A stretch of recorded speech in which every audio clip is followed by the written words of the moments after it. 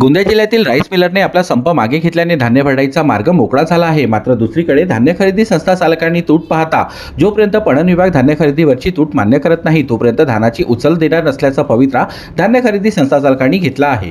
गोंदिया जिल्ह्यातील शेतकऱ्यांनी उत्पादित केलेला धान्य जिल्हा मार्केटिंग फेडरेशन आणि आदिवासी विकास महामंडळाच्या वतीने खरेदी केला जात असून वर्ष 2023-24 मध्ये खरीप हंगामात खरेदी केलेल्या कोट्यवधी रुपयाच्या धानाची उचल राईस मिल मालकांनी वेळेवर केली नसल्याने कोट्यवधी रुपयाचा धान्य नष्ट होण्याच्या मार्गावर होता।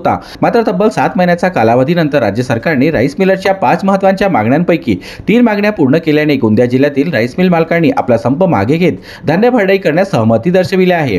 तर राईस मिलर्सला केंद्र सरकारच्या वतीने क्विंटल मागे 10 रुपये प्रमाणे भरडाई दर दिले जाते। मात्र भरडाईवरील खर्च पाहता हे दर परवडण्यासारखे नसल्याने राईस मिलर्सने संप पुकारत भरडाई दर वाढवून देण्याची मागणी राज्य सरकारकडे केली असता तब्बल 7 महिन्यानंतर राज्य सरकारने आपल्या वतीने 40 रुपये भरडाईसाठी अनुदान म्हणून देण्याचे कबूल केले आहे।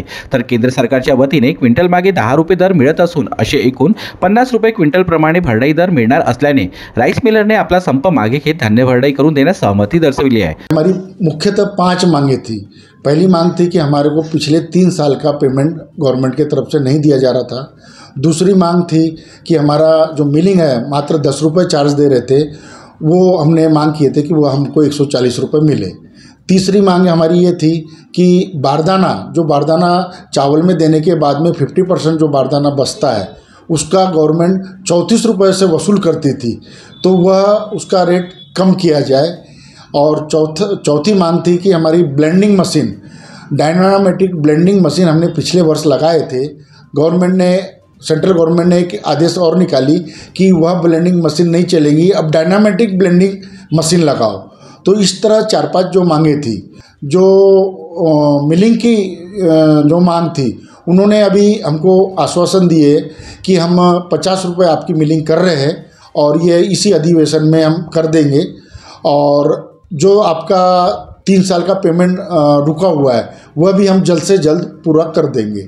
इस वजह से हमने यह हड़ताल पीछे लिए, और पीछे लेने का एक महत्वपूर्ण कारण यह भी था कि टीडीसी का धान ओपन में रखा हुआ है। अगर हम यह मांग पीछे नहीं लेते, अभी हड़ताल संप तोड़ते नहीं, तो यह करीबन 27 लाख कुंटल धान सड़ जाता।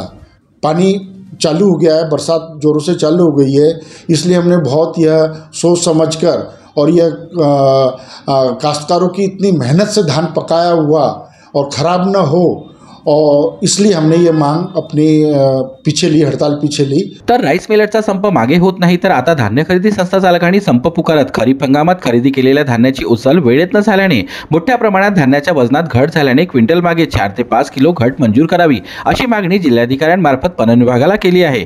तर जोपर्यंत धानाची घट मंजूर होत नाही तोपर्यंत धान्य गोदामातून राईस मिलरला धान्य भरडाईसाठी देणार नाही अशी भूमिका आता धान्य खरेदी संस्था चालकांनी घेतली आहे। या बैठकीमध्ये आता धान खरेदी केंद्राच्या संदर्भातली जी चर्चा झाली त्याच्यामध्ये महत्त्वाची बाब आहे, सगळ्या खरेदी केंद्रावर सगळं माल ठेवलेला आहे। शासनाने उचल केलेली नाही, त्याच्यामुळे हा उचलचा प्रश्न कलेक्टरनी सांगितलं की हा शासनाच्या स्तरावर आहे, त्याच्यावर मी काही निर्णय करू शकत नाही। आणि म्हणून आमची एकच मागणी आहे की जो खरेदी केंद्राच्या गोडाऊनमध्ये माल आहे त्याच्या घटीची जबाबदारी शासनाने उचलावी, घट मंजूर करावी, घटच्या बाबतीमधला जो काही नुकसान असेल तो शासनाने बेअर करावा, ही भूमिका आम्ही घेतलेली आहे। आणि कलेक्टर म्हणतो की मी माल उचलणार आहे, माल देण्यासाठी सगळ्या खरेदी संस्था तयार आहेत, पण सरकार याच्यावर चर्चा करायला तयार नाही। सरकार खरेदी केंद्राच्या लोकांना काही मूर्ख समजते का?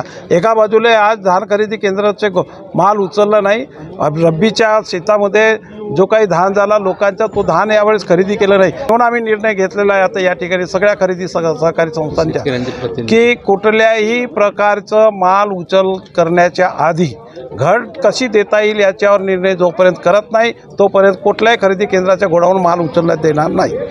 आमची मुख्य मागणी अशी होती की आम्हाला जे 8, 9, 10 महिनेपर्यंत धान उचलत नाही आणि त्या मालाची याने घट जे येते ते मंजूर करावी। दुसरे 8-10 महिन्याचे गोदामाचे भाडे आम्हाला मिळाले पाहिजे। तर आम्ही असं निश्चित केलं आहे गोंदिया जिल्ह्याच्या धान संस्थांनी की जोपर्यंत याचा निर्णय लागत नाही तोपर्यंत आम्ही धान देत नाही. तर दुसरीकडे राईस मिलरच्या संपाचा फटका धान्य खरेदी संस्था चालकांना बसला असल्याने खरीप हंगामात खरेदी केलेल्या धान्याची वेळेवर उचल न झाल्याने गोदाम भाडे देखील अंगावर बसले. तर रब्बी हंगामात शेतकऱ्यांनी उत्पादित केलेल्या धान्याची हवे त्या प्रमाणात खरेदी न करू शकल्याने याचा फटका खरेदी संस्था चालकांना बसला. तर दुसरीकडे शेतकऱ्यांनाही आपला धान्य खाजगी व्यापाऱ्यांना कमी दरात विक्री करावे लागले. त्यामुळे या सरकारच्या शेवटचं अधिवेशन मुंबई येथे सुरू असून राज्य सरकार राईस मिलर प्रमाणे धान्य खरेदी संस्था चालकांच्या मागण्या सोडवून कधीपर्यंत धान्य भरडाई पूर्ण करते याकडे आता सर्वांचे लक्ष वेधून आहे.